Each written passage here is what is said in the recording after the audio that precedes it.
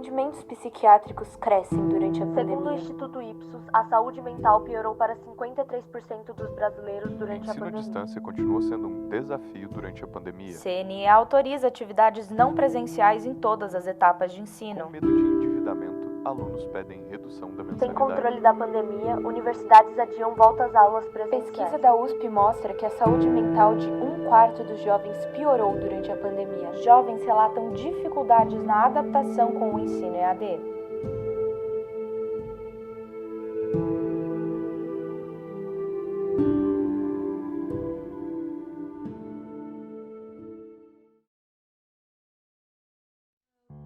Na minha escola, nas primeiras semanas de quarentena, assim, em março, eles não fizeram aulas ao vivo, eles postavam atividades que eles tinham que fazer durante a semana e a gente fazia as atividades e entregava. Isso foi por 2 semanas, assim, e aí depois eles começaram a fazer as aulas ao vivo, que era exatamente igual à rotina normal.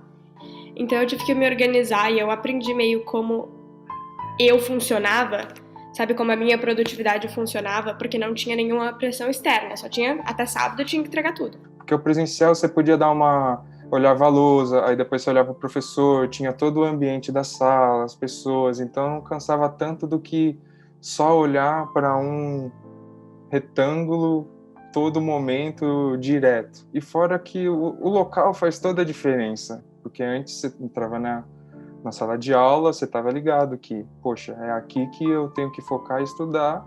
Quando você chegava em casa, no quarto, aqui é o lugar que eu vou descansar. Aí depois no EAD mudou tudo. Eu sinto muita saudade do presencial, muita saudade. Você poder olhar para um colega, a questão humana da coisa mesmo, sabe?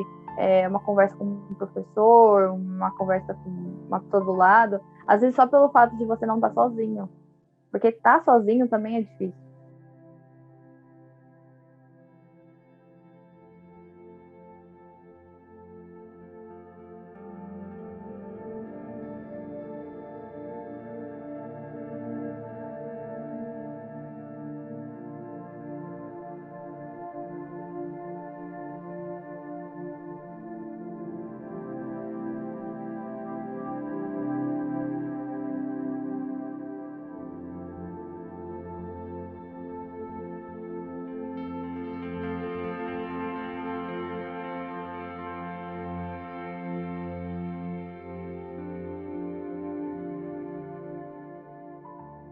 Mas o cérebro, ele gosta de experiência multissensorial. O que significa isso?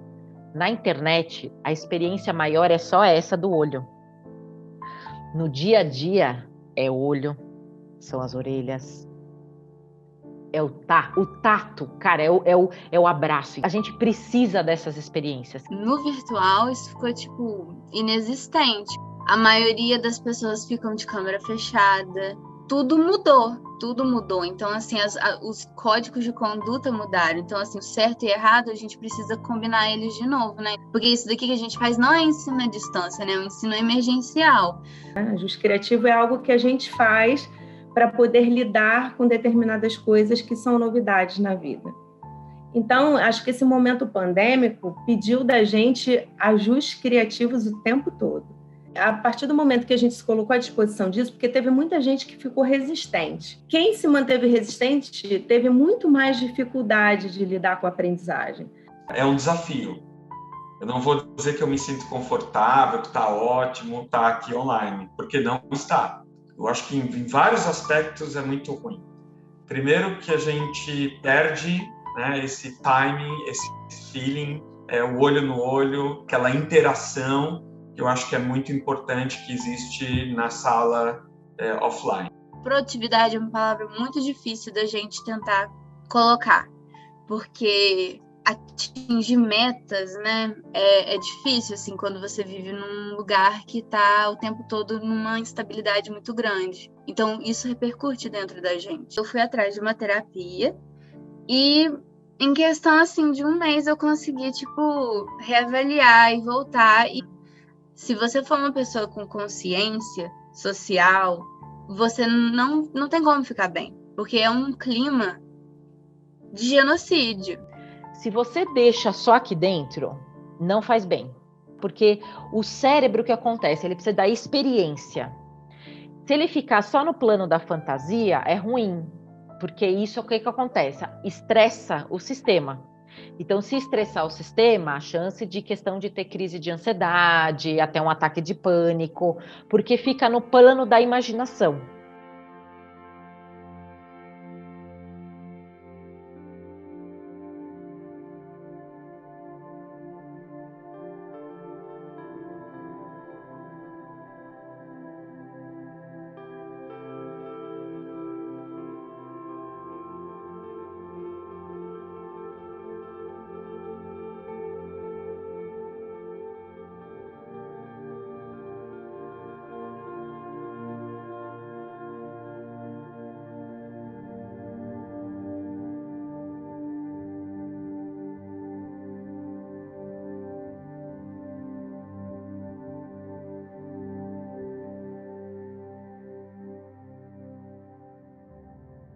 A ansiedade em si, ela não é ruim, o problema dela é justamente quando a gente tem essa situação que não sabe quando vai acabar. Existe uma ansiedade, aquela ansiedade que ela tem um fim. Se eu estou esperando alguma coisa acontecer e essa coisa vai acontecer daqui a 10 dias, a minha ansiedade dura 10 dias. Então eu tenho uma ansiedade que ela tem um prazo para acabar. O problema é quando a ansiedade não tem esse prazo para acabar. Eu tenho ansiedade. Eu já tive problema com crise depressiva, mas não atualmente. Porque você liga a TV, é só Covid, gente morrendo, hospital lotado, só tragédia. Às vezes vem uma notícia boa, que é o que aquece nosso coração. Então, assim, se a gente não tentar, pelo menos, tentar se manter, assim, animado, tentar ver o que a gente gosta, sabe? Falar com as pessoas que a gente gosta, mesmo de longe, a gente surta. Eu tenho alguns momentos ansiosos, apesar de eu não considerar que eu tenho ansiedade, nunca fui diagnosticada. E eu comecei a ficar mais ansiosa esse ano. No ano passado, eu consegui lidar bem com isso, porque eu tinha esperança de que a gente ia voltar. E eu fiquei assim, cheguei a ficar 2 semanas angustiada quando começou esse semestre letivo, porque eu não aceitava que eu ia continuar, né? E vendo a pandemia piorar, estando pior do que o ano passado, que eu ia continuar nesse ensino que não me agrega tanto quanto eu gostaria. Isso estava me angustiando muito, porque eu simplesmente não conseguia ter perspectiva. E quando você vai estudar, você tem a perspectiva de que você vai aprender. Eu não tinha essa perspectiva. Então isso me deixava totalmente desmotivada. Você não ter uma perspectiva de curto, médio, longo prazo, mais ou menos, ok, mas de curto, médio prazo, o que acontece? A primeira área de processamento do nosso cérebro é o quê? É a autopreservação, sobrevivência, que está conectado com as nossas emoções. Então, a primeira coisa que vai acontecer de sinal de alerta é medo. Isso vai implicar no nosso processo de aprendizagem.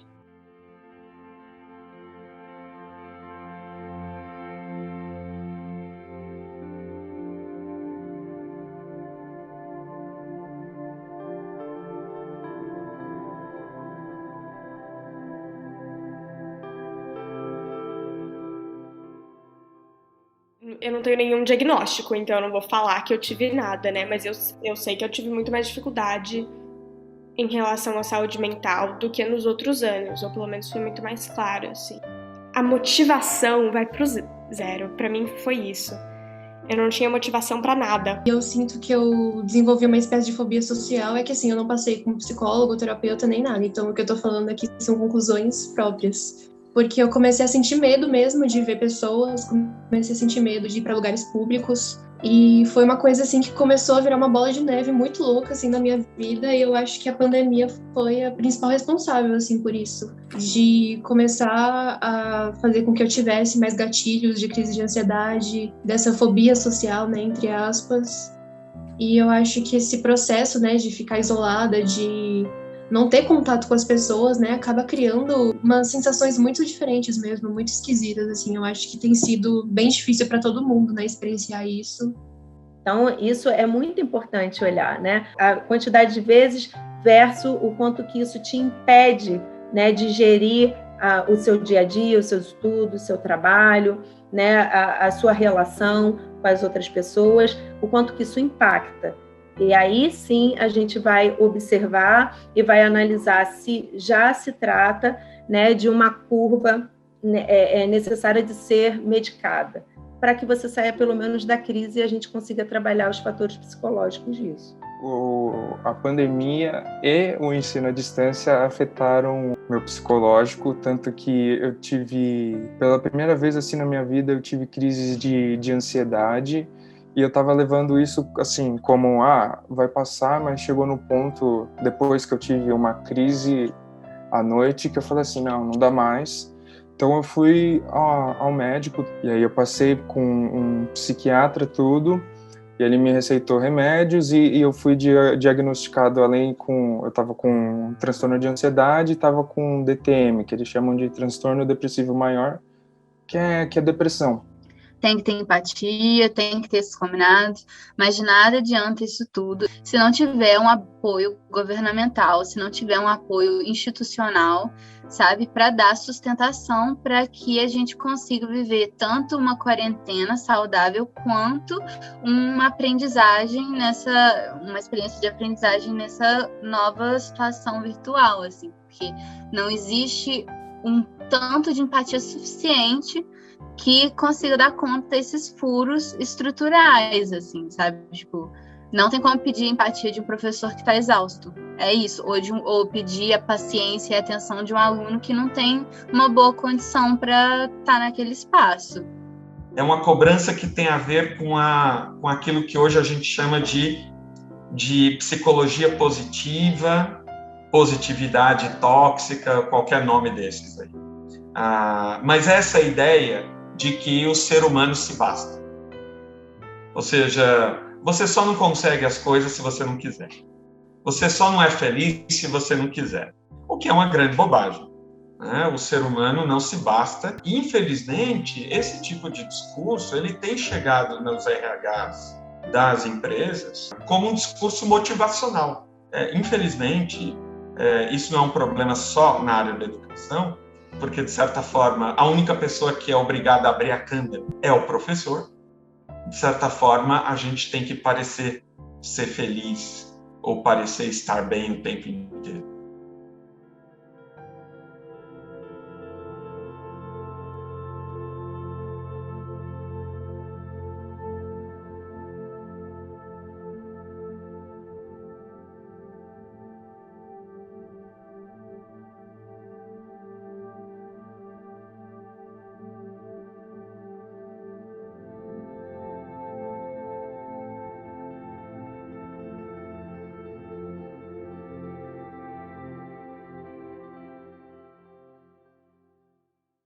Sabe, eu acho que as pessoas têm muito... Eu mesma tenho muito medo de desistir das coisas. Às vezes eu me forço a passar por situações que eu olho e falo assim, eu não precisaria ter passado por isso. Desistir se for necessário. Porque faz parte, sabe? A gente tem que pensar em tentar ficar bem. Não é só porque você está com problema, não. Todo mundo necessita de um conselho, fazer um tratamento. Não é que você vai num psicólogo que você está necessariamente doente, não.